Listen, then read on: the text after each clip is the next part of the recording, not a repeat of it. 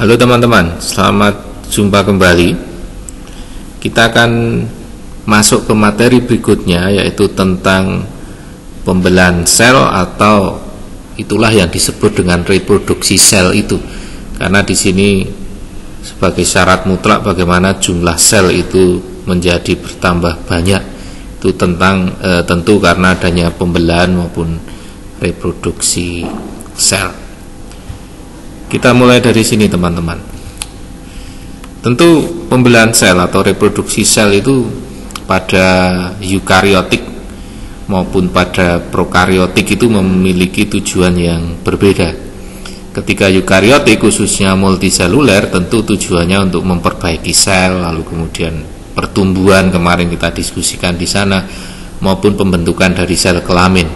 Sedangkan kalau prokariotik sebagai contoh bakteri misalnya, tentu tujuannya adalah untuk berkembang biak. Nah, kita ketahui ada beberapa jenis pembelahan sel. Ini sudah Anda pahami sejak lama sebenarnya.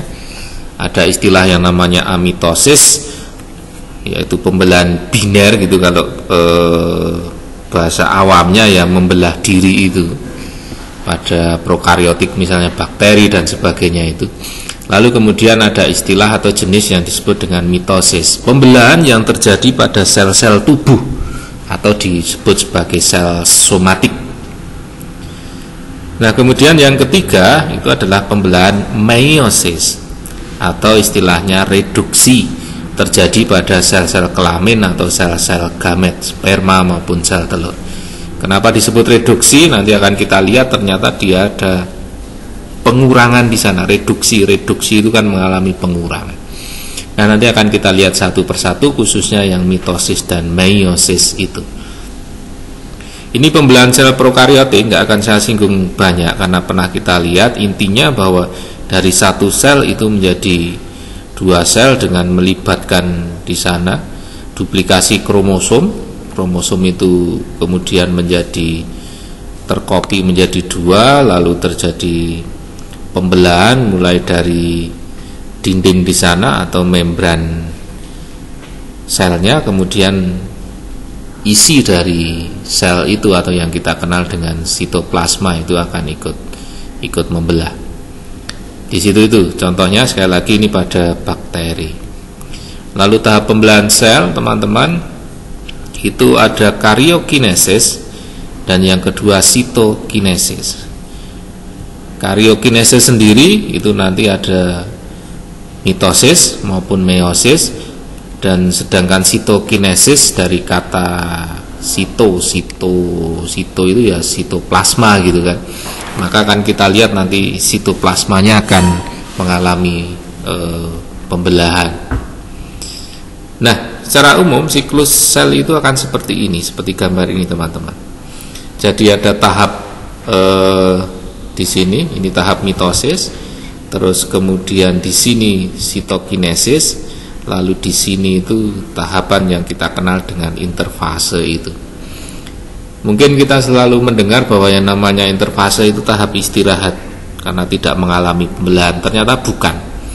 Di dalam tahap interfase itu masih ada proses yang terjadi di sana seperti ini. Di interfase itu terjadi tahapan namanya G1, ini G1, lalu kemudian S sintesis, lalu gap yang kedua yaitu sebagai G2. Ciri-cirinya di sini teman-teman bisa membacanya. Ketika terjadi G1 itu di sini, sentriol itu mengalami replikasi, yang lainnya ini the cell grows in size, terjadi pertumbuhan sel dan seterusnya. Lalu ciri utama di tahapan S itu adalah replikasi dari DNA. Terjadi ketika DNA itu disintesis kembali, direplikasi, difotokopi, diperbanyak. Kemudian pada tahap G2 ini final pertumbuhannya di sini, pada tahapan ini sebelum mengalami proses namanya mitosis pada bagian atas ini. Nah, barulah di mitosis itu yang biasa kita kenal sejak SD dulu, itu kan ada ini profase, ada kemudian metafase tahapannya, lalu anafase, kemudian yang terakhir adalah telofase. Jadi bicara mitosis itu sebenarnya adalah bicara tentang sebagian kecil dari siklus sel secara keseluruhan. Ini siklus selnya tadi teman-teman. Jadi kalau kita bicara interfase itu bicara proses yang terjadi sangat lama gitu kan, sangat lama. Ini tertulis di sini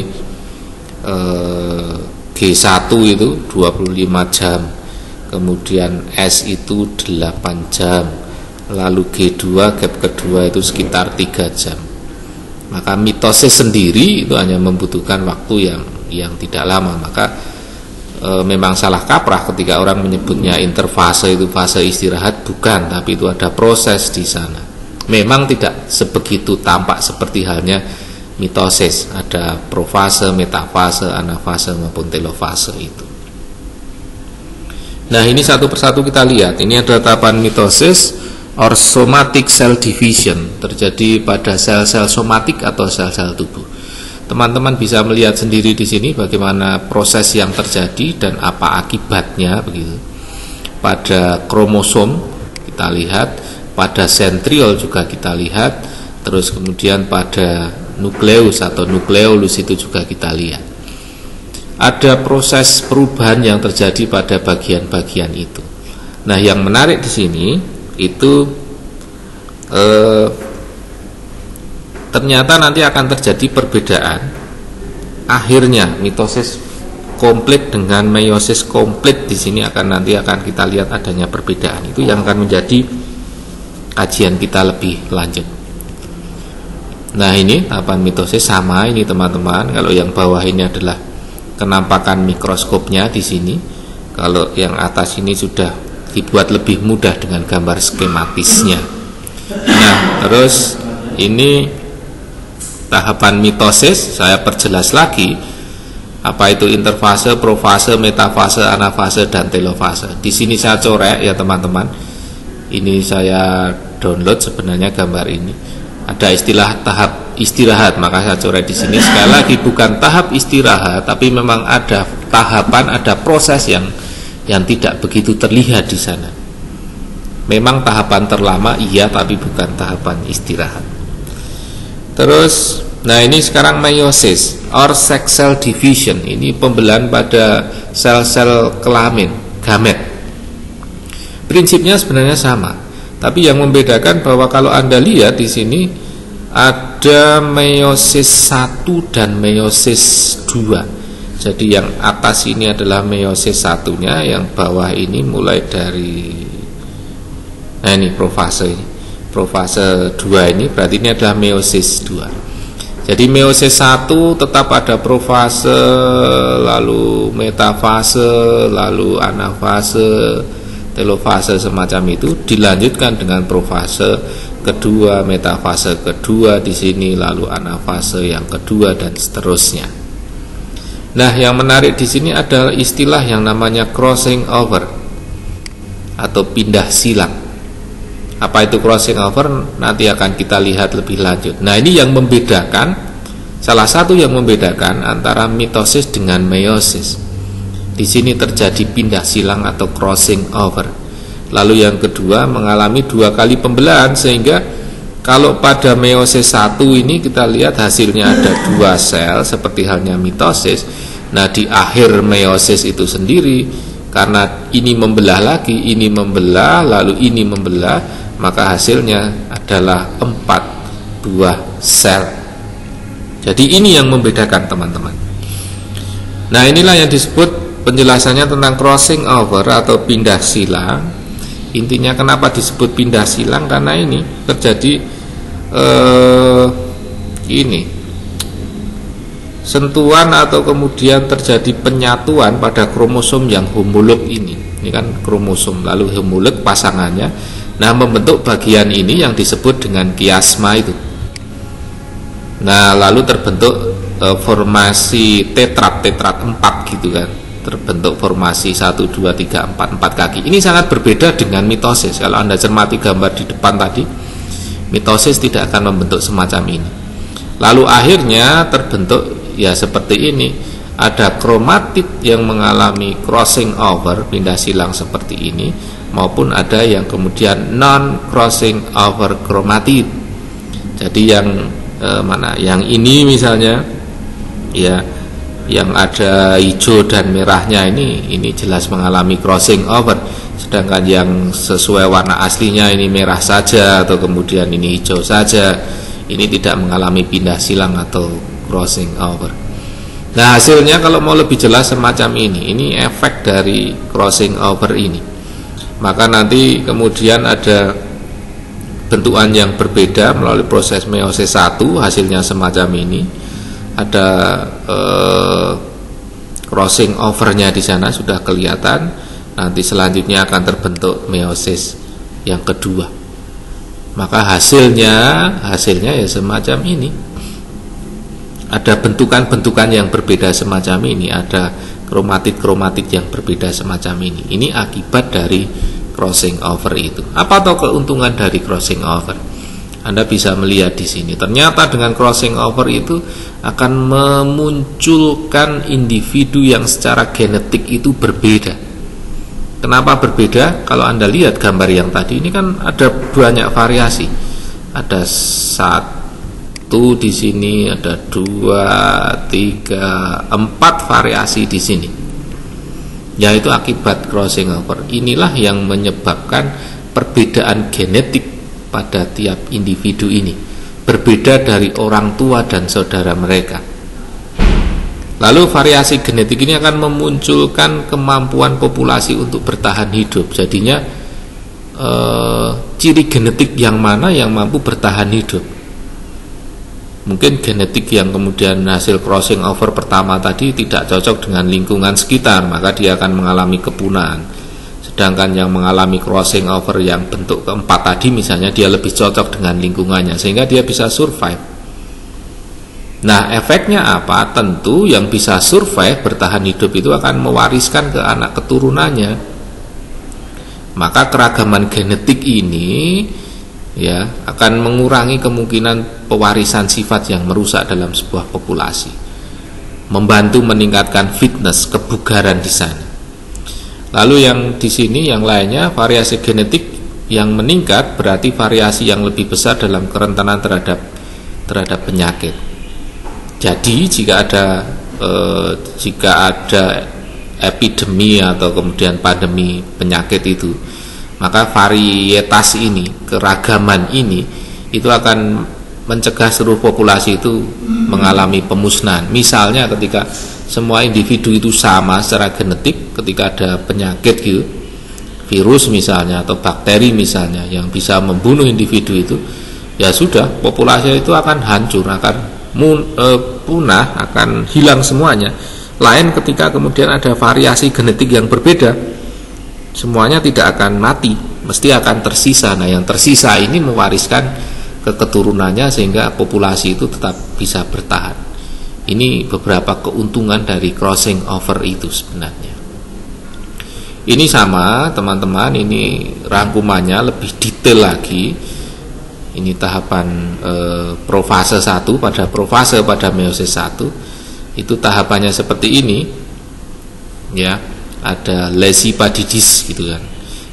Leptoten, zigoten, pakiten, diploten dan diakinesis.